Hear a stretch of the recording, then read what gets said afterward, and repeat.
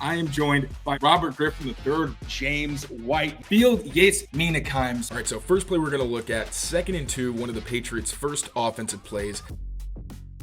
What's going on, everyone? Tayler Kyles here for CLNS Media, coming at you with another episode of Pat's Daily, brought to you by our good friends at PrizePicks and Game Time. And today, I am joined by friend of the show, Brandon Thorn, the O-line mastermind, the mastermind behind O-line masterminds, as well as scouting reports on Bleacher Report that I am using once again to survive the draft season and try to catch up on my O-line knowledge. Also of Establish the Run, doing great work all over the pace, brother. Thank you so much for joining. How are you doing? And are you ready to talk center? Because Garrett Bradbury news just broke before we decided to record.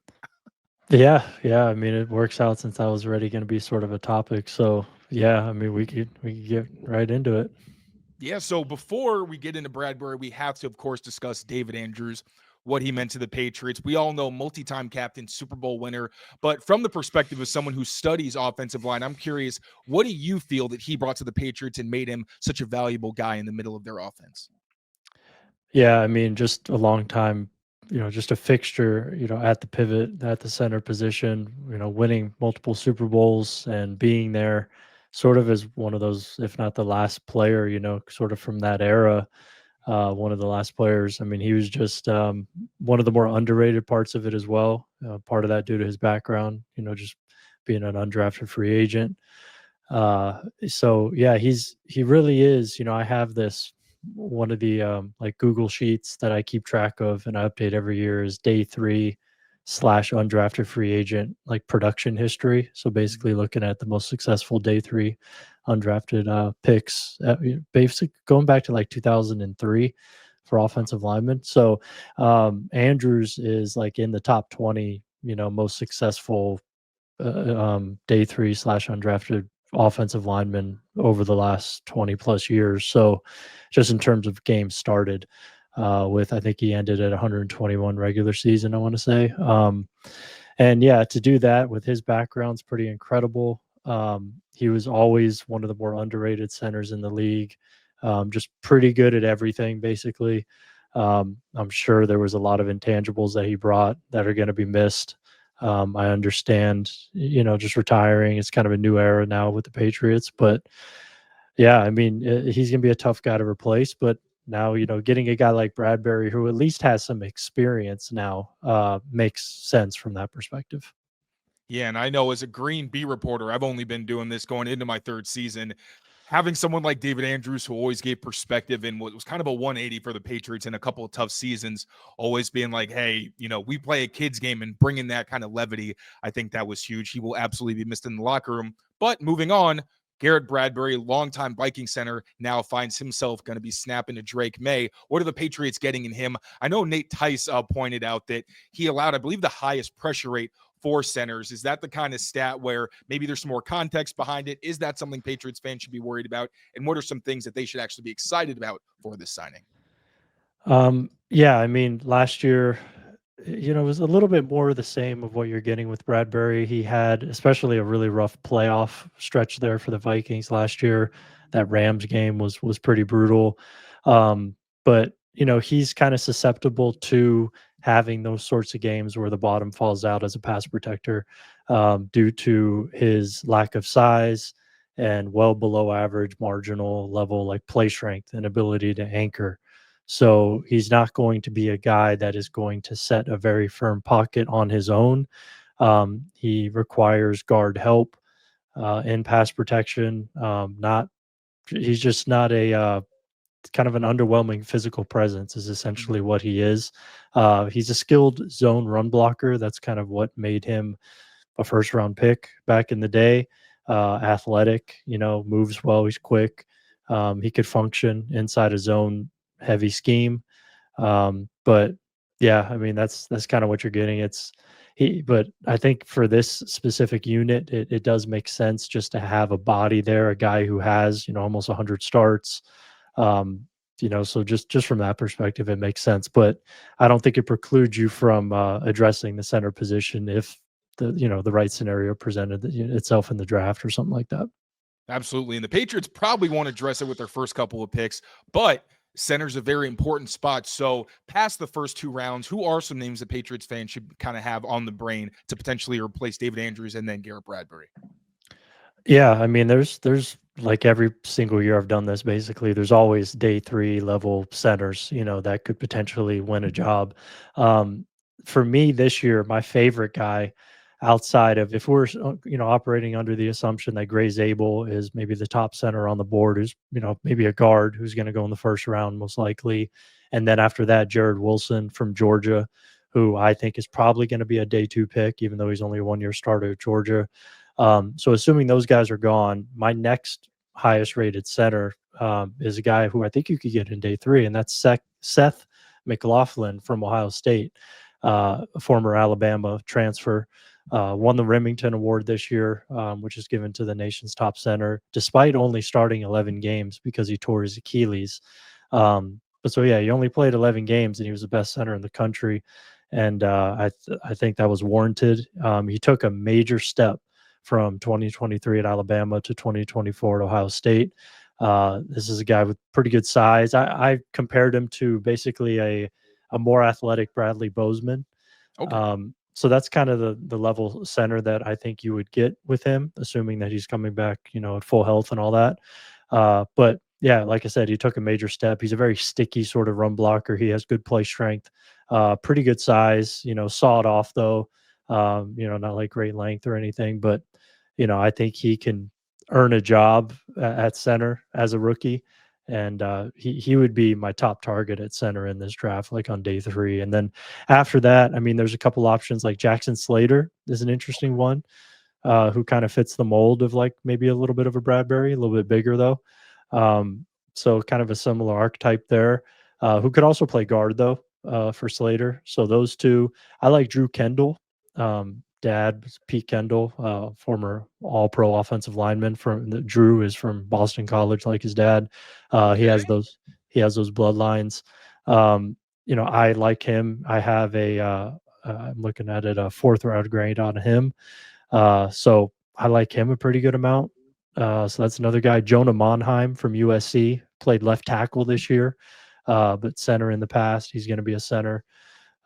He was at the Senior Bowl, a little up and down in pass protection, definitely, very sought off short arms, but very athletic, good zone run blocker. So those names, I think, those 4 or so names, I think I would keep in mind for the Patriots. PrizePicks is the best place to get real money sports action. With over 10 million members and billions of dollars in awarded winnings, PrizePicks has made daily fantasy sports accessible to all, and all you got to do is pick more or less on at least 2 players for a shot to win up to 1,000 times your cash. So run your game all season long on PrizePicks. They now offer Venmo, Apple Pay, MasterCard, and more for quick and easy deposits into your account this sports season. And the second half of the basketball season is officially here, and the race to the playoffs is heating up on PrizePicks. So don't miss your chance to cash in as the league's best fight for playoff positioning. You think LeBron James will get more than 24 points? You think Giannis will get more than 35? Cook up those hot takes with your friends and win real money this basketball season. All you got to do is sign up on the PrizePicks app today, download the app, and use that code CLNS. You get $50 instantly after you play your first $5 lineup. Again, download the app and use code CLNS to get $50 instantly after you play your first $5 lineup. PrizePicks, run your game. All right, we're going to wrap up center, but I'd be remiss if I didn't at least acknowledge Cole Strange. Now, it's always seemed like his career was going to take him to center, did struggle at guard. A lot of it was due to injuries and things outside of, his actual control, but he did close out last season as the Patriots center. I don't know how much Patriots football you watched, hopefully for your sake, not too much. But what do you think about Cole Strange as competition at center, and do you think that's potentially a guy who could take over that spot down the road? I mean, I think it's probably unlikely, at this point. But, honestly, I think the idea here would probably be to let Bradbury, he's going to have the job, and then Strange could be your fallback option if they aren't going to go center on day 3 of the draft. And so backup center, maybe like emergency guard sort of thing, is probably the best case scenario that I think you're looking at for Cole Strange at this point. And then if he does get the opportunity to get into the lineup again, it'd probably be maybe like his last shot, in New England, at least at sticking. But yeah, so I think, clearly the backup center, barring a potential day 3 ad or whatever, at the position. The Patriots are no strangers to emergency depth, so who knows? Maybe Cole Strange will find himself back on the field. Right. Now, of course, a center is only as good as the guys next to them. So at that guard spot, you've got Mike Onwenu as one of the few guys who's set to return to this Patriots offensive line. Didn't have the best year last year, but a lot of that also circumstance, right? Had to play a ton at right tackle, moved inside in a new system. So I'm curious, through your eyes, what did you see from Mike Onwenu? How did he close out 2024? And what are you hoping to see from him in 2025 to really get to the level of play we kind of expect from him? Yeah, I mean, I think you touched on really probably the main reason I think that he had some struggles, and that was having to play a position that he just I would argue that has never really been that good at right tackle. I know maybe his numbers were better another year he did it or whatever, but to me, just I was never one of those guys who thought he could play right tackle.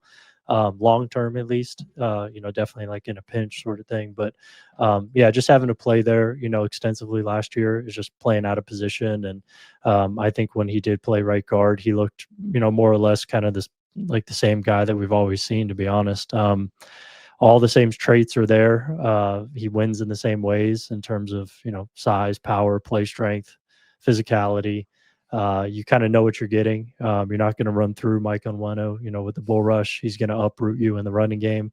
Really good on, especially on the front side of runs, deuce blocks, doubles, where he's able to be either in the post or, kind of as that drive guy who's, bumping guys over. I mean, that's kind of his bread and butter. He can kind of blot out backers here and there at the second level. But, you get him in too much space and things break down, not the best athlete. Recovery skills, I would say, are kind of, below average. But yeah, you kind of know what you're getting with him, I think, assuming he's going to be able to play the position that he's best at, which is guard. So if that's the case, I think you should expect a solid, good year. And also, I think it's nice that you have him next to Bradbury. I think that's the sort of guard. And ideally, maybe you get another one on the other side, maybe Layden Robinson, who knows. But, just some of those very like physical, imposing sort of guards to provide that sort of help to Bradbury is, I think, the situation where he can succeed, which that's another added bit of context for Bradbury last year. He did not have that in Minnesota.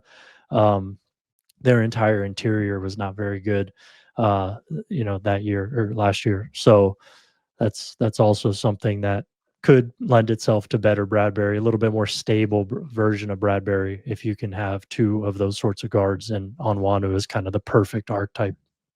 Yeah, I know that Ben Brown, his numbers weren't that bad in pass protection last year when he had to come in for the Pats. A lot of that had to do with the fact that he's playing next to Mike Onwenu, who could not only kind of help him make the calls, but also just be that imposing presence. But left guard for the Patriots is going to be the biggest question mark.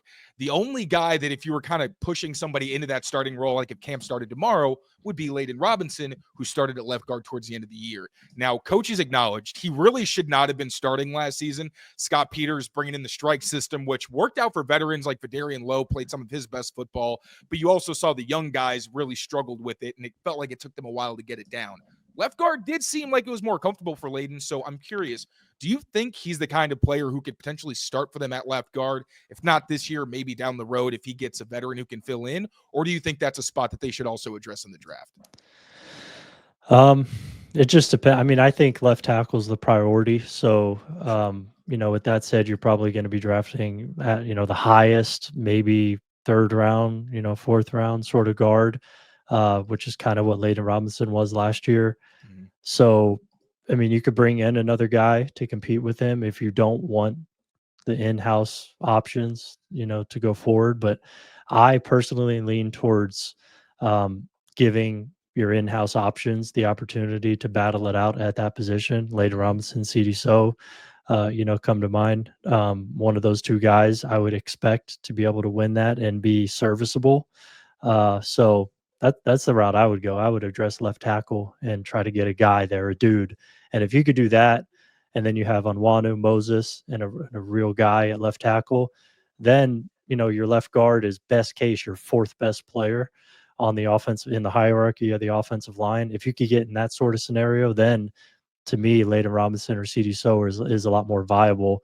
But if you don't get the left tackle and then all of a sudden your left guard is your third best starter, then it gets a little dicey, I think. So it just kind of depends on how they build it. So let's get to the big ticket topic, right? It is left tackle. How are the Patriots going to address it? Now, the top option is, of course, Will Campbell. Been a lightning rod, really, for attention, because there is the undeniable fact that while he's super athletic, while he has all the intangibles that you could want, the power that he shows in the run game, a lot of positives, he would be a massive outlier at left tackle because of the arm length, because of the wingspan. Now, I know you still think that he could play left tackle. I know Duke Manyweather is adamant that he should get a shot there. But do you think that that's where he will be best in the NFL? And why should teams give Will Campbell a chance to play left tackle, even though, again, he would be a bit of an outlier in terms of the measurables? Yeah, so there's a couple different layers to this. So ideally, I think his best long-term position in the NFL is inside at guard, where to me, he is the exact sort of archetype of the classic, very good college left tackle who slides inside to the pros and is just as good of a guard that he was as a college LT. And that's, Brandon Scherf, Joe Thuney, Elijah Vera Tucker, and the list goes on. There's tons of those guys in the NFL, as we know, Zach Martin and on and on. So that's how I see him ideally. Now, we've seen guys like Thuney, and Batonio's another one, even Martin. They can kick outside and play tackle. And if they were to do that full time, you could get by with them. But, ideally, they're just a better guard. That's kind of how I see Campbell. Now, I think the rub on that is teams desperately need left tackles. There's not a lot of them. The scarcity is even as maybe more stark than it's ever been at the position. So with a guy who is maybe okay at left tackle, solid maybe, would that be an option over just putting him at guard? For a team like the Patriots, I think so, because clearly left tackle is a hole, and you could probably get, a similar, like I see a left tackle. You could maybe get like a Bernard Raymond sort of left tackle here, or like a Braden Smith, version of it.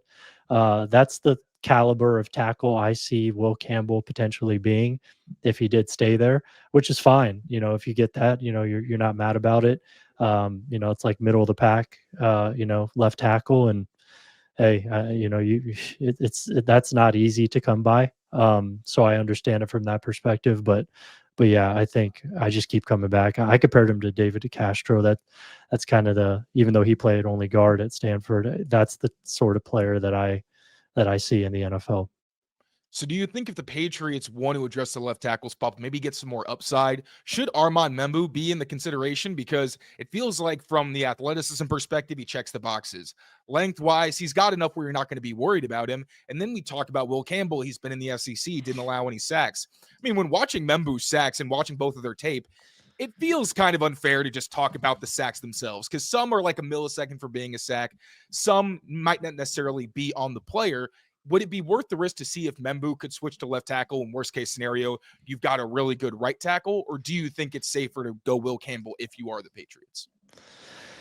Yeah, it's a good question. I definitely think, to answer your first part of that Membou should be in consideration for the pick. I kind of see him as like an Ike Ekwonu type of left tackle, without really kind of the bad habits that Ike had coming out of NC State in pass protection, which, so he's a really high quality prospect. He also doesn't have as much, like flash in the run game that Ike had.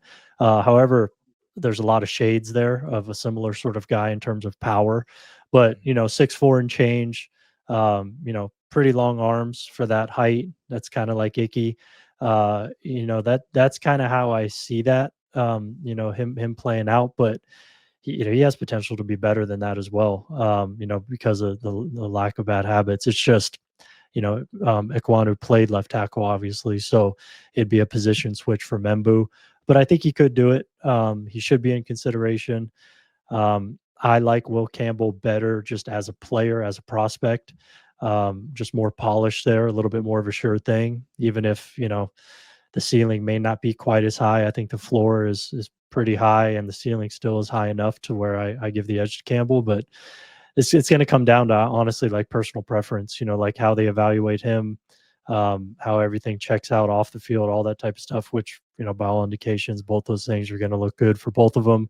But Campbell is, I just lean Campbell, honestly, for me, but I can understand either way.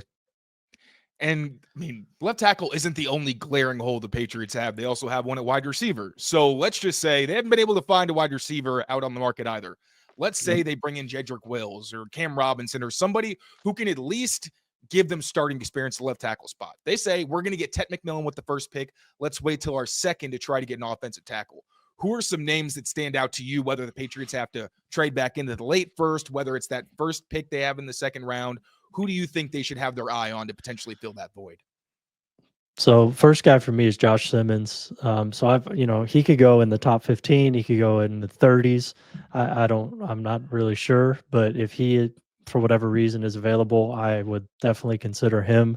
I think if he was able to play a full season and he didn't have the knee injury, now that's a lot of ifs, but I mean, I just think his tape in the 4 or 5 games or whatever he played this season was, as good as anybody in the entire class. So I'm a big Josh Simmons guy.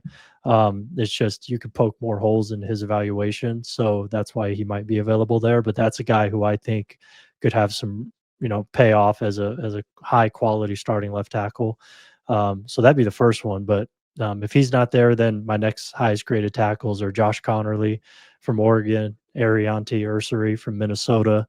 And then there's kind of a little bit of a drop off to Ozzie Trapillo, who's, I think, training with Dante Scarnecchia. So that one's obvious. He's a right tackle, though. But I think Connerly and Ursary are the only other 2 guys that I would consider, in that second round range. And also with Morgan Moses, talked about the run blocking with Mike Onwenu, and the first thing that comes to mind, Moses even said it in his introductory press conference, was, I'm excited to be able to run block next to Onwenu because everybody looks good next to that guy. So I'm curious, obviously off the field, he's a quote machine, really fascinating human being, but also super tough, fights through injury, massive person. What does Morgan Moses bring on the field? I mean, you pretty much just covered it right there. I mean, he's a giant right tackle in terms of, height, weight, length. He plays big. He's strong. Play strength is really good.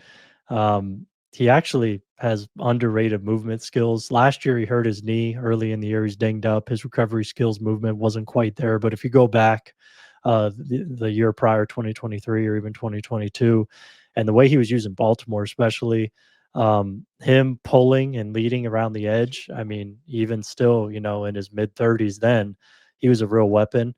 So he has, I would say, underrated athletic ability. But that's the thing. I mean, he has been dinged up a little bit more the last couple years, but he's still starting, 14, 15, 16 games because that's just the kind of durability that you're getting with a guy like Morgan Moses. He plays through injury consistently, and he has his entire career. So that's why he still has value. He's probably going to be on the field for the majority of the games. And you're at least going to get a serviceable level right tackle. But if he's healthy, you could get a weapon in the run game and a guy who can match up with guys one-on-one in pass protection, most competition. So, yeah, I mean, he's I think right now he's going to be the leader of the room day one, just based on experience and just the sort of player he is. So to kind of bring a guy like that in with a young sort of team, I really like the signing, and solidifying the right side as well, I think, is another nice piece of it. And I love that you mentioned pulling out in space, because watching the tape, that was what surprised me. I'm thinking this old guy is not going to be out here taking on the DBs. Not only are they scared to even make contact with him, he's actually taking them out himself. So that's going to be a fun one to watch. Brandon, as always, this was a blast, man. Thank you so much for coming on. Before I let you go, you know the drill. Please let the people know where they can find you and what you got coming down the pipeline that we should be looking out for. Yeah, so people can go to trenchwarfare.substack.com, check out my newsletter there. Do a lot of college and pro offensive and defensive line analysis, film rooms with a lot of these college prospects that we've talked about so far. And then Bleacher Report, if anybody wants to read a scouting report on offensive line, you could go there. Over the last 5 drafts, really, but this class, I'm at about 55, 60 right now that are in the system. So if you want to just search Bleacher Report, and whatever offensive lineman you could think of, chances are my scouting report will pop up. So those are the two ways. Anytime I Google an offensive lineman's name in scouting report, it gives me yours first with the little green star that says you visit often. So that's how you know this is, That's cool. I follow the people I trust the most in this business. And of course, you know that's you. Thank you so much for coming on again, brother. And thank you all, as always, for watching. Now take care of yourselves. Take care of each other. We will see you next time. Peace, y'all. Over more than 2 decades and 2 separate dynasties, the Patriots defense has become synonymous with great linebacker play. Unfortunately, last season, key losses to both the coaching staff and roster left the unit vulnerable against both run and pass.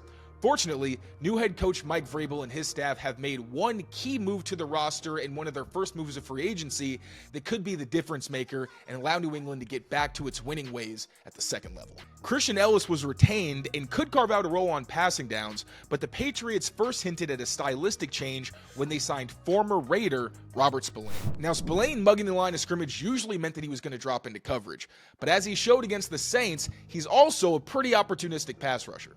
The Saints match 6 potential rushers with 6 blockers, but the Raiders only send 4 players on a simulated or sim pressure. Despite having more blockers than Vegas has rushers, a twist from the linebackers in the middle makes Shane Lameau late to his block. This allows Spillane to catch Lameau off guard on a pick and get in Spencer Rattler's face on a high incompletion. Spillane would reach the quarterback one drive later, capitalizing on another missed assignment for an unblocked sack. Even when Spillane doesn't get to the quarterback, like any seasoned rusher, he knows he has to get his hands up. That instinct led to a game-changing drive stop during Week 2's upset in Baltimore. Facing 3rd and 5 down 7 points, Spillane rushes the left guard on an all-out blitz. He maintains vision on the quarterback after getting solid knockback, then sees Lamar Jackson wind up to throw and bats the pass. Thank you all so much for watching. Make sure to become a member of Patriots Press Pass on YouTube to get full access to videos like this and much more really fun content. I cannot wait for you to see it.